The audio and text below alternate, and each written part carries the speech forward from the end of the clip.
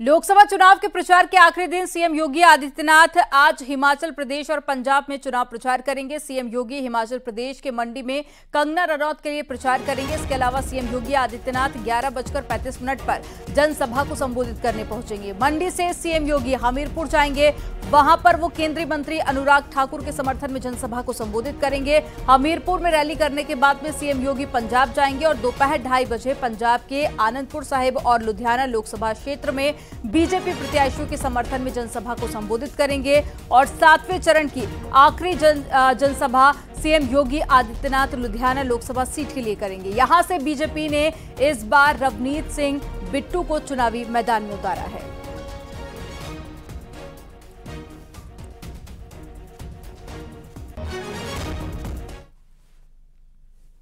News 18 पर CM योगी super exclusive बातचीत उन्होंने की और सीएम योगी आदित्यनाथ ने विपक्ष पर हमला भी किया।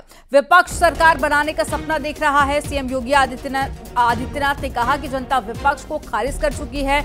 आम जनता विपक्ष से अच्छी तरह से वाकिफ है। गठबंधन की जमानत इस बार जब्त होगी। आपको सीएम योगी आदित्यनाथ का बयान भी सुनाते हैं। साथ मुख्यमंत्री योगी आदित्यनाथ जी हैं। महाराज जी, आज का ये रोड शो पूर्वांचल में कितना बड़ा योगदान देगा? पूर्वांचल और पूरा हिंदुस्तान मोदी जी के साथ में है।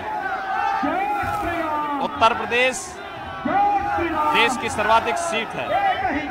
80 बनेगा आधार। अब की बार 400 बार, फिर एक बार मोदी सरकार।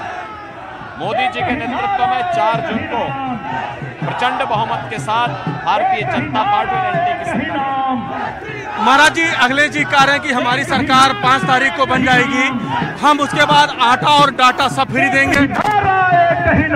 जिन लोगों को 80 सीटों पर चुनाव लड़ने के लिए प्रत्याशी न मिल रहे हों, वे सरकार बनाने का सपना देख रहे हैं। यह अत्यंत हास्यास्पद है। प्रदेश की जनता इनको पूरी तरह खारिज कर चुकी है और इनके भ्रष्ट, अराजक, माफिया प्रस्त गतिविधियों को लेकर के आम जनता अच्छी तरह वाकिफ है। इसलिए इंडी गठबंधन इस बार फिर यूपी में अपनी जमानत जब्त करवाएगा। तो मुख्यमंत्री का कहना है कि विपक्ष का जमानत जब्त होगी। अखिलेश पांडे के साथ राम गोपाल द्विवेदी, न्यूज 18 गोरखपुर। आखिरी चरण के प्रचार के अंतिम दिन रक्षा मंत्री राजनाथ सिंह आज यूपी में धुआंधार प्रचार करेंगे। राजनाथ सिंह आज कुशीनगर और साथ ही चंदौली में जनसभाएं करेंगे। रक्षा मंत्री 11 बजे रामकोला कुशीनगर में जनसभा को संबोधित करेंगे और उसके बाद में दोपहर 2 बजे चकिया चंदौली में जनसभा होगी। शाम 4 बजे सैयद राजा चंदौली में जनसभा करने के लिए पहुंचेंगे और जनता को संबोधित करेंगे। बीजेपी कैंडिडेट के पक्ष में प्रचार करेंगे।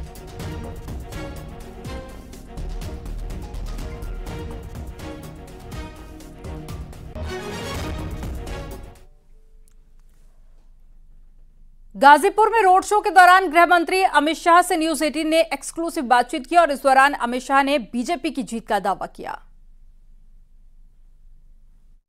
चुनावी प्रचार अभियान की आप कमान संभाले हुए हैं। पूरे देश में लगातार आप सर चुनावी प्रचार अभियान की कमान संभाले। भीड़ का उत्साह भी कुछ यही बयां कर रहा है। क्या नंबर सर देख रहे हैं देश में और उत्तर प्रदेश में? आखिरी चरण का मतदान शेष है। 400 पार हो।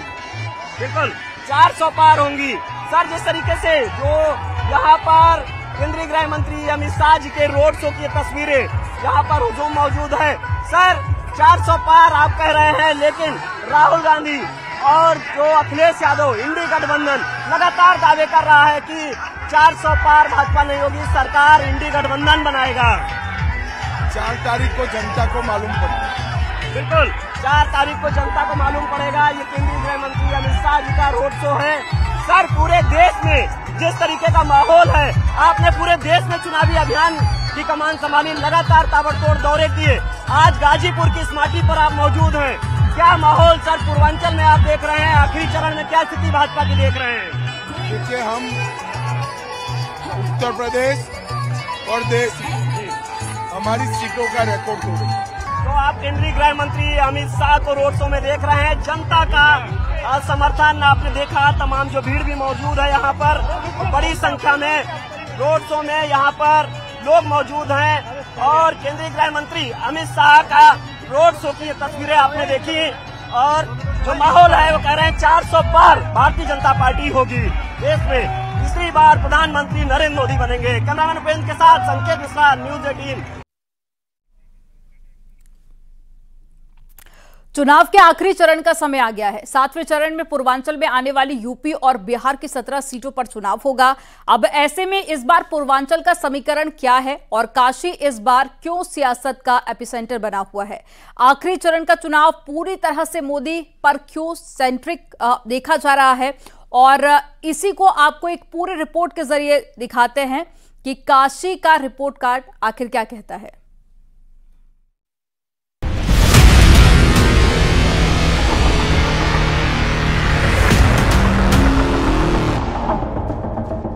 बार एनडीए सरकार 400 पार। बीजेपी को अब मुझे लग रहा है 150 तक जाएंगे। एक सीट के अलावा सब सीटें जीत रहे हैं। कौन सी सीट? एक लड़ाई में क्यूटो। चुनाव के आखिरी चरण का वक्त आ गया है, जब 2 दिन बाद पूर्वांचल की 17 सीटों पर चुनाव होगा। इसमें 13 उत्तर प्रदेश की सीटें हैं तो 4 बिहार की, और इन्हीं गंगा किनारे अपनी अपनी नैया लिए सियासी खवैया हिचकोले खा रहे हैं। उम्मीद है, कोशिश है, आर नहीं तो पार।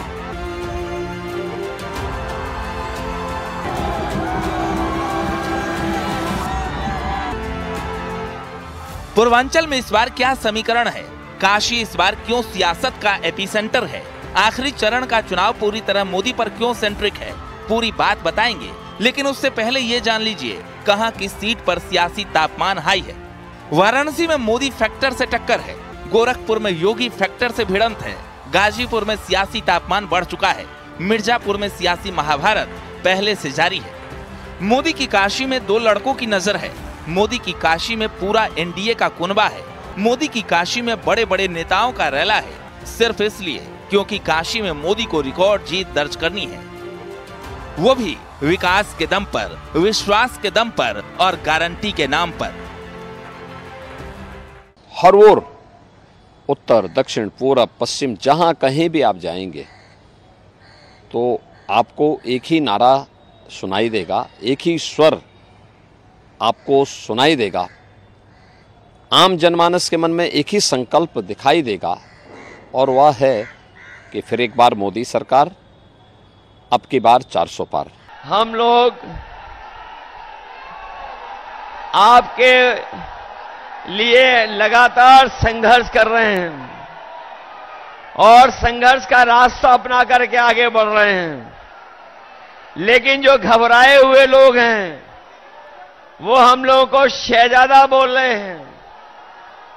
जो शहजादा बोल रहे हैं वो सुन लें कि ये इस बार दोनों शहजादे न केवल शह देने जा रहे हैं, बल्कि इस बार मात भी देने का काम करेंगे। वाराणसी ही नहीं, बल्कि मोदी मैजिक का पूरे पूर्वांचल पर असर है। पूर्वांचल में एनडीए के सहयोगियों की भी पकड़ है। बीजेपी के साथ अपना दल एस, निषाद पार्टी और एसबीएसपी है, तो इंडिया गठबंधन की टीम में समाजवादी पार्टी और कांग्रेस। ये गठबंधन कितना असरदार, कितना दमदार है, इसे ऐसे समझा जा सकता है कि छोटे छोटे दल भी पूर्वांचल में बड़े कमाल के हैं।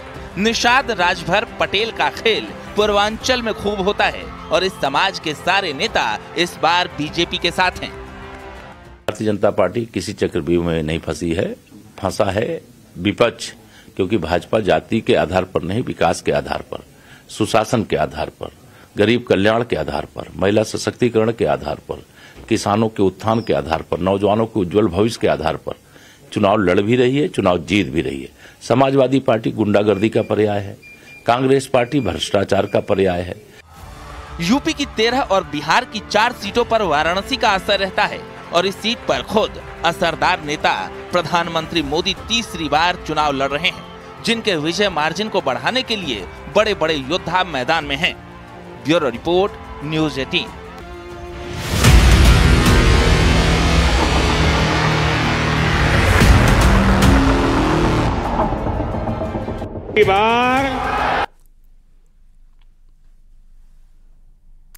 आखिरी चरण के रण के प्रचार के आखिरी दिन अखिलेश यादव आज 2 जनसभाओं को संबोधित करेंगे। अखिलेश आज महराजगंज और साथ ही घोसी में जनसभाओं को संबोधित करेंगे।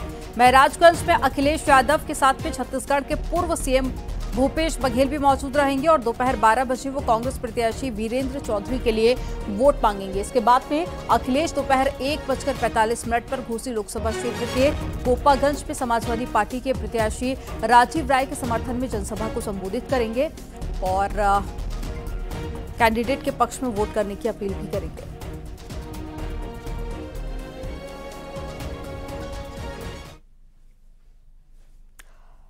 केंद्रीय मंत्री स्मृति ईरानी आज वाराणसी के दौरे पर रहेंगी। प्रधानमंत्री मोदी के लिए चुनाव प्रचार करेंगी। दोपहर 1 बजे स्मृति ईरानी जनसभा को संबोधित करेंगी और शिवपुर इलाके में ये जनसभा होगी।